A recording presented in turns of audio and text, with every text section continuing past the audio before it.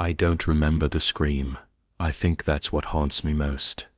There should have been something, a crack in my voice, some awful bellow that shattered the glass of the world. But no, there was only stillness. That crushing, suffocating stillness in the garage, the kind of silence that hums in your ears and makes you feel like you're underwater, like the world has stopped spinning but forgot to tell you. My name is Daniel Mercer. I'm 47. I used to be a forensic accountant, the kind the SEC sends in when a company looks too clean to be real. I spent nearly 2 decades combing through shell corporations and balance sheet illusions. I testified before Congress twice, built 3 federal cases that led to CEO indictments. I lived in numbers. I believed they couldn't lie, but they do. My wife was Claire. She was 42 when it happened. My son Owen, he was 11. They were the axis I rotated around. Claire worked in operations at Wellridge Capital Partners, a high-frequency trading firm based in Manhattan. She wasn't in the spotlight. She wasn't a rainmaker or a partner, but she was sharp. She handled the guts of things, cleared trades, built systems. She understood the game, but she didn't play it. At least I thought she didn't. I came home on April 14th, 2022. It was a Tuesday. I remember because tax season had just ended. That time of year when everyone in my profession smells like stress and burnt coffee. I walked into the house just before sunset. Birch trees in the backyard were glowing amber in the last light, the kind of moment that used to make me breathe a little slower. The house was quiet, too quiet. No music, no cooking sounds, no light TV static from Owen's cartoons, just the faint hum of the refrigerator and the tiny creak the front door made when it closed behind me. I called out once. Claire, nothing. The rooms were tidy. Her phone was on the kitchen counter. Owen's school bag sat on the floor by the stairs. I knew something was wrong. I could feel it behind my teeth. I walked down the basement steps to the garage. That's where the world stopped. Claire was slumped against the wall, her wrists open and dry. The blood had pooled and hardened beneath her like some kind of ritual. Owen hung from the support beam above, a rope from the garden shed. His sneakers dangled lifelessly a foot above the concrete floor. His face was still, not afraid, just gone. I don't know how long I stood there. At some point I walked forward. I touched Owen's shoe, then I collapsed. I was on my knees, and I remember thinking, this is not happening, this is someone else's life. There was a note taped to the freezer door. One word, check. That word sliced deeper than the scene itself. Not goodbye, not forgive me, not I'm sorry, just check. And I knew in that moment, she was speaking my language, the language of systems, data, suspicion. Claire left me a breadcrumb. She wanted me to follow, but I didn't follow right away. I let the house rot for 3 days. I drank whatever was in the liquor cabinet. I didn't sleep. I didn't shower. I sat in Owen's room until I started hallucinating him walking past the door. I heard Claire humming in the hallway. I woke up with claw marks on my arms from God knows what dreams. Then finally, I turned on Claire's laptop. The password was Owen's birthday. She hadn't changed, not in years. The files were messy at first glance. Invoices, payroll spreadsheets,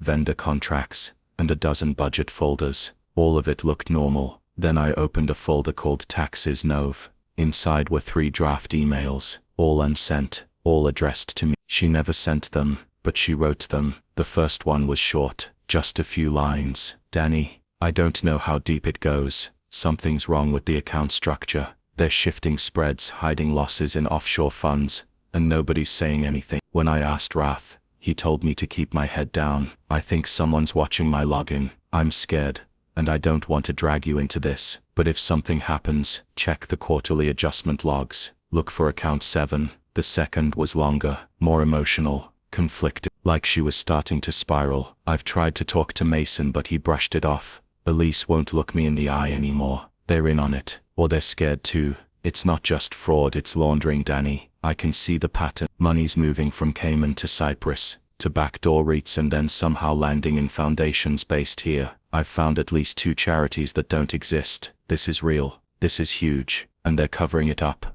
The third one broke me. They mentioned Owen, just casual, but not casually, like a reminder, like a warning. I'm sorry, I didn't mean to start any of this. I thought maybe if I fixed it quietly, but I can't. I can't fix it, Danny. I'm not you. If I disappear, it wasn't suicide. I need you to be the one who knows. I need you to do what I can't. Date. I didn't cry when I read those. I didn't even blink. I just went to the sink and vomited until I was dry, heaving bile and blood. I knew the names. Rath, Mason, Elise. Evan Rath was the managing partner. Picture, perfect psycho, photogenic, polished, always too confident during interviews. I'd seen him once at a compliance gala in DC. He shook hands like a man who thought his sweat was worth more than yours. Mason Eden was legal counsel, shifty, liked to quote case law the way pastors quote scripture out of context and with menace. Elise Tarrant, CO, quiet, measured, the one with her hand on the knife. Claire was right. This wasn't just embezzlement. This was institutional rot. A system built to fail upward. I went dark after that, sold the house, liquidated my accounts, paid cash for a half-rotted motel room outside Newark, bought burner phones, started building what I called the ledger. It was a map, a reckoning, a manifesto. I charted every entity connected to Wellridge, every holding company, every fake charity, every dollar that left an account and didn't come back. I traced the path from fake donations to real yachts, from dying communities to thriving portfolios. Each time I uncovered a new shell company, I heard Owen's laugh in my head. Each time I linked it back to Claire's systems, I remembered her hands. They didn't just kill my family, they bought the silence. They built a fortress of money and buried my wife inside it. But Claire left a door open, one word, and I've been checking ever since. Not for justice, not even for vengeance, for truth, because I needed to know who killed them, not how. I already knew that, but why? Why her? Why her? Why him? Why did they have to die? And now I think I know, because someone wanted to test if I'd bury it, if I'd accept the payout in silence, if I'd look away. They didn't count on me being the kind of man who buries people in spreadsheets, but I am, and there's something that happens to a man when he realizes the system isn't broken, it's functioning exactly as designed. I used to believe in frameworks, checks and balances. My whole professional identity was built around the idea that if you followed the money, the truth would eventually stand up in court. That was the lie that paid for my house, my suits, my kids' soccer cleats. But when your wife and son end up cold and blue in your garage and the only explanation is a single word taped to a freezer, that lie doesn't hold anymore. What you start to understand is this: systems protect themselves. They aren't designed to reveal truth. They're designed to contain damage. I was never going to get justice through official channels, so I built my own. The ledger was my tool and my obsession. I kept it on a 256-bit encrypted flash drive chained to my belt. I never uploaded it, never printed it. I didn't trust clouds. I didn't trust banks. I didn't trust anyone. It started as a basic map, nodes and flows, money in, money out. But it grew fast. Every document I pulled from Claire's drive added a new corridor. Every leak, every tip, every offshore record I could get from my burner sources added a flaw.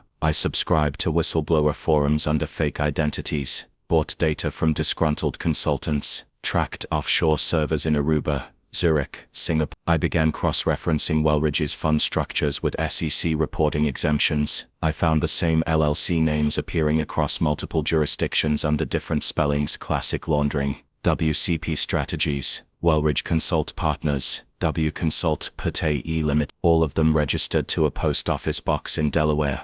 The black hole of financial transparency. I rented a storage unit under a dead man's name and papered the walls with printouts, pins, strings. It looked like madness. Probably was. I slept there I stopped trusting my motel. My diet was protein bars and instant coffee. My hands shook from caffeine and rage, but my mind was laser-focused. A hurricane wrapped in a scalp. The first piece that screamed cover-up was an internal compliance memo Claire had archived in a hidden folder. It was dated January 3rd, 4 months before she died. It wasn't supposed to exist. The memo referenced a system review of high-volume pattern anomalies triggered by Claire's queries. It listed her by name, in bold. C. Mercer's activity logs indicate unapproved audits of synthetic ETFs, REIT, liquidity batches and Schedule K1 filings across offshore units. Recommend escalation. Escalation, that's corporate speak for, she knows too much. Handle it. The sign-off on that memo Elise Tarrant. That name had been humming in my head since day one.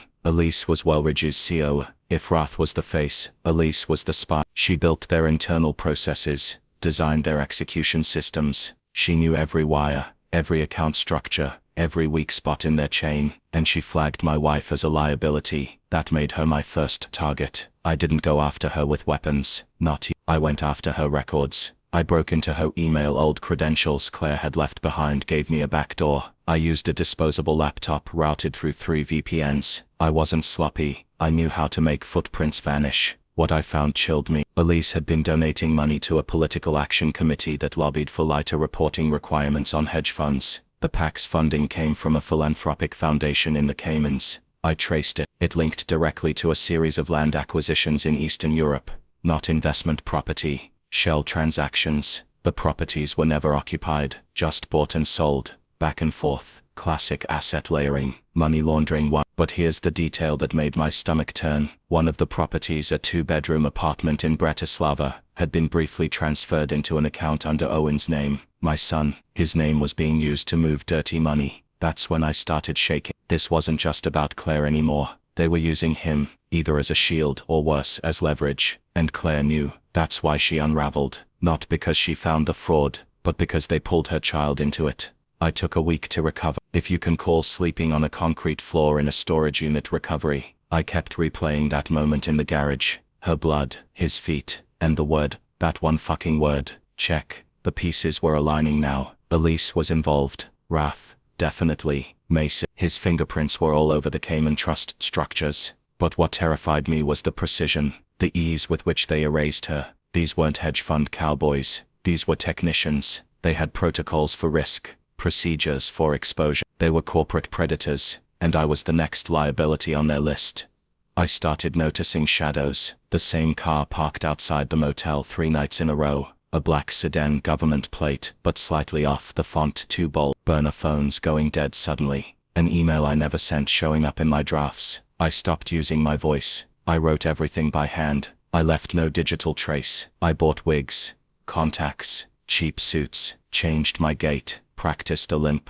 I wasn't being paranoid. I was being alive. I didn't trust police. I didn't trust journalists. I didn't trust former colleagues. This war was mine alone, and I was just getting started. On February 2nd I followed Elise. She left her high-rise at 6:17 p.m., got into a black Escalade. I had cloned a key fob, don't ask how. I attached a GPS tracker beneath the bumper a week earlier. That night, I followed her all the way to Greenwich. She parked in a private garage, wore a grey coat, her hair pulled into a tight bun, no security detail. She walked into a brownstone and stayed for 3 hours. I waited. When she came out she was alone, but not relaxed. She looked over her shoulder. She was jumpy. She knew someone was watching. Good. I wanted her to feel it. That itch on the back of her neck. The same one Claire must have felt every day for a month. The next morning, I mailed her a note. Just 3 words. He had dreams. No name, no signature, just truth. And for the first time I felt her shiver. That same week, I broke into an FTP server linked to one of their feeder companies,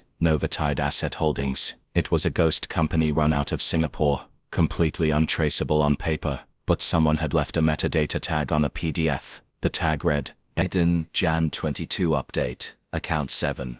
Active. Account 7. Claire had mentioned it. I dug hard. I found an archived cash flow statement buried inside the server. It listed transfers totaling $92.3 million across 6 different currencies. These funds had no declared source, no investor IDs, no partner notes, just automated line items labeled redundancy pipeline. I cross-checked timestamps. One of those transfers happened 3 days before Claire died, and the recipient, a boutique wealth manager in Zurich. I broke into their portal, spoofed the login. The beneficiary, Elise Tarrant. Trustee, minor beneficiary, Owen Mercer.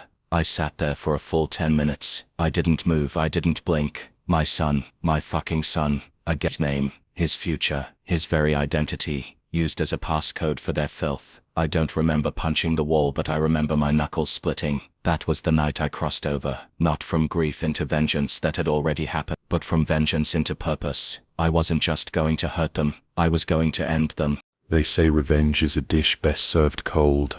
That's wrong.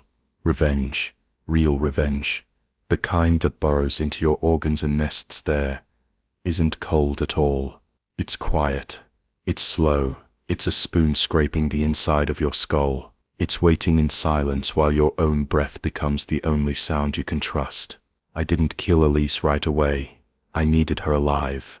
Not just for information, for leverage, for clarity. I wanted to see her crack. Not from a bullet or a blade. From her own undoing. I followed her movements for weeks. She took the same route to work every morning, switching between an Escalade and a chauffeured town car. Every Thursday she met with someone.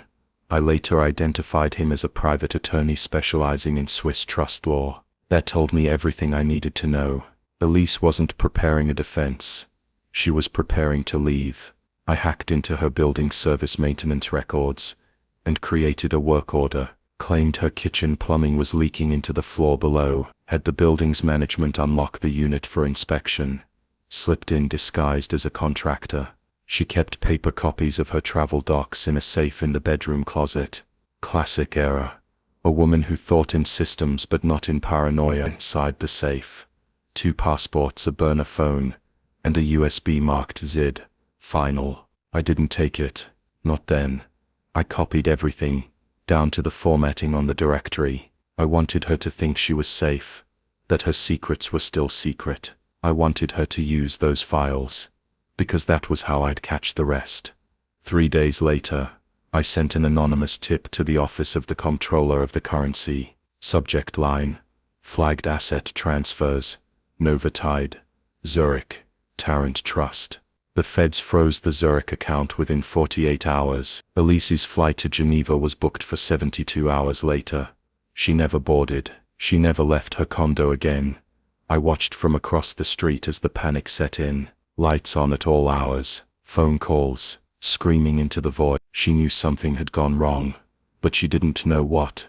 That night, she sent an encrypted email to Mason Eden. Who the fuck else knows? Did she keep copies? Mercer's husband was SEC. Could be him. I read it 3 minutes after she sent it. That was the first time my name entered their conversations. That's when I ceased being a ghost and became a variable, a threat. I was on the board now, no longer a background process, and Mason, for all his polished courtroom calm, responded like a man cornered by his own lie. If he's alive and digging, we neutralize. Neutralize. I had to move again, left the Newark motel, burned the laptop, ditched the phone, rented a cabin near the Pennsylvania border, paid in cash, no IDs. From there I started working on Wrath, Evan fucking Wrath, public golden boy, CNN appearances, Harvard grad, once posed with Obama at a clean energy gala, disruption through innovation. That was his personal slogan. Underneath it he was just another sociopath in a suit. Claire's notes suggested he was the one who first set up account 7. She had a scanned doc meeting notes from a private partner call. Handwritten margin scribble,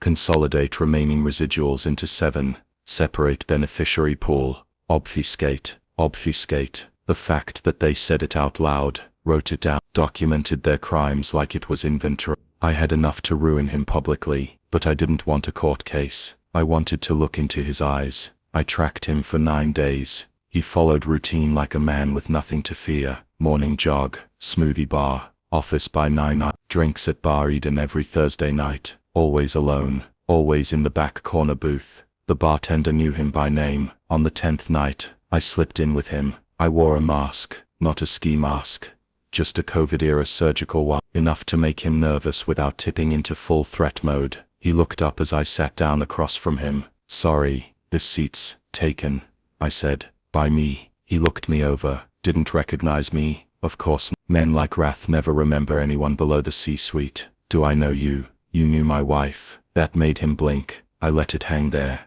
Claire Mercer. Something flickered. Barely. Claire. She was in ops, right? She was my wife. Owen was my son. You killed them both. That's when his hand went for his phone. I jammed the stun baton into his side before he could even shift in his seat. No sound. Just a twitch. He went limp in his chair. Not unconscious. Just paralyzed. Perfect. I leaned in to count 7. Give me access. I can't. You can. Or I make a scene. A loud one. He stared at me. It wasn't fear I saw in his eyes. It was calculation, weighing which outcome would damage him more. He gave me a number, 6-digit, and a word, obsidian. What? That's the passphrase for the trust shell. I memorized it, walked away, left him slumped in the booth, twitching slightly. I expected him to report it. He didn't, because he could, because reporting me would mean explaining why someone like me would do something like that. He was trapped now, exposed, so I made him bleed. I accessed account 7 from a side route,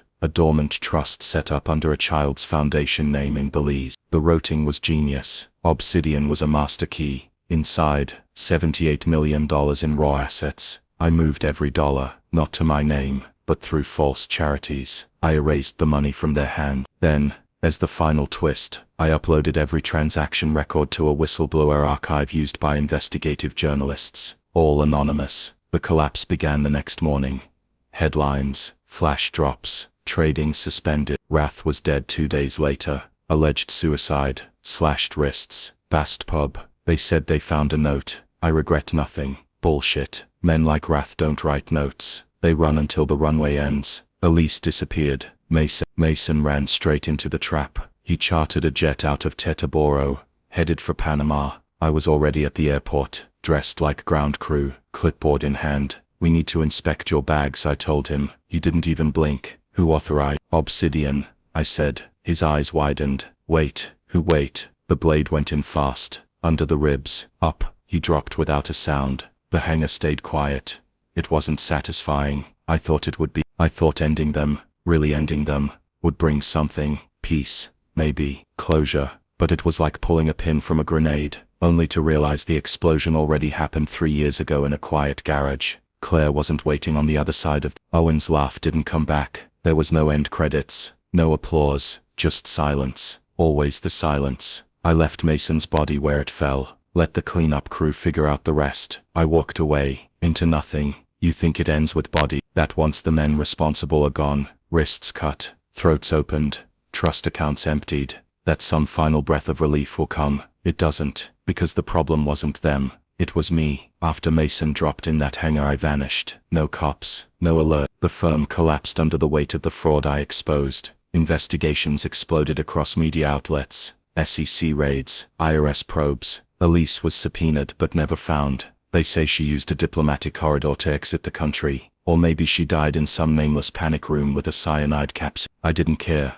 I wasn't tracking her anymore. I stopped tracking anything. I lived in motels with flickering hallway lights and mold in the shower. Ate out of vending machines. Spoke to no one. I had gone from man to mechanism. A cold machine of ruin. Until one night, 6 weeks after Mason's death, I logged into a server Claire had created but never used. It was protected under her maiden name, and a number I recognized. Owen's school ID. Inside one file, a video, 10 seconds. I almost didn't click play. The screen flickered, then showed Claire, in our kitchen, her eyes swollen, voice trembling. I did it, Danny. I let it in. I let it in. I let them in. The first time they offered a bonus, I said yes. I didn't know where it would go, I swear. But once I knew, I couldn't stop. They used Owen to keep me compliant. You have to believe me. And then she saw the recording light and shut it off. I sat motionless. For the first time in months I felt it. The real weight of what I'd done. I hadn't avenged Claire. I had completed her spiral. She wasn't a whistleblower. She was a participant who panicked too late. She wasn't killed. She unraveled under guilt. She brought Owen with her. Because guilt can become a logic all its own. The question came, heavy and immediate. Would she have told me the truth if she had lived? Or did she die because she knew I'd never forgive her? I think about that garage every night. I see her hand with the pen. Did she hesitate before writing that word? Check. Or was she commanding me? Was her final act one of love, or manipulation? And does it even matter anymore? I checked the account again. The one under Owen's name. The one Claire had secretly opened 10 days before she died. $41 to $1,000. All of it clean. I know. I traced every dollar. It came from Claire. She moved it out of the firm before the collapse began. It was never part of the fraud. She put it in his name. Not for that. For me. Maybe she wanted me to start over, to leave. But I didn't. I couldn't. So the money sits, untouched, like a grave with no flowers. I thought about wiring it to some school, starting a scholarship in Owen's name. But who am I to purify anything? My hands are stained from wrist to shoulder. There is no redemption, no absolution, just motion, breath, weight. So I keep moving. New town, new name, New motel. I wake up to the sound of ice machines and screaming televisions from other rooms. I don't speak. I don't write. I exist. That's all. Sometimes I think about walking into an FBI office and handing them everything. The ledger, my statement, the evidence, the bodies, the blood trail. But what would they do?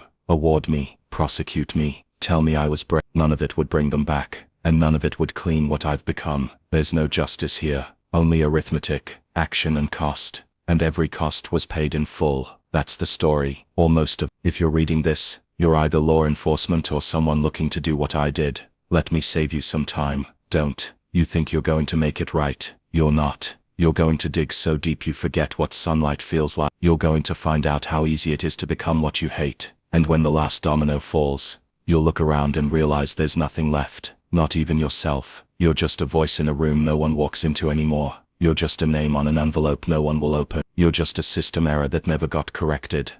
I used to believe the numbers wouldn't lie, but I was wrong. Numbers are just shadows of truth, and shadows can stretch in any direction. The last thing I see before I sleep is not Claire's face. It's not Owen's smile. It's the blank look on Rath's face when I told him who I was. That empty corporate confusion. He didn't even remember her, and I killed him anyway. So don't tell me this story ends with justice. Don't call me a vigilante. I wasn't hunting monsters. I was making sure I wasn't the only one who had to live with ghosts. And now I do. Every hour, every breath, every number I can't unsee.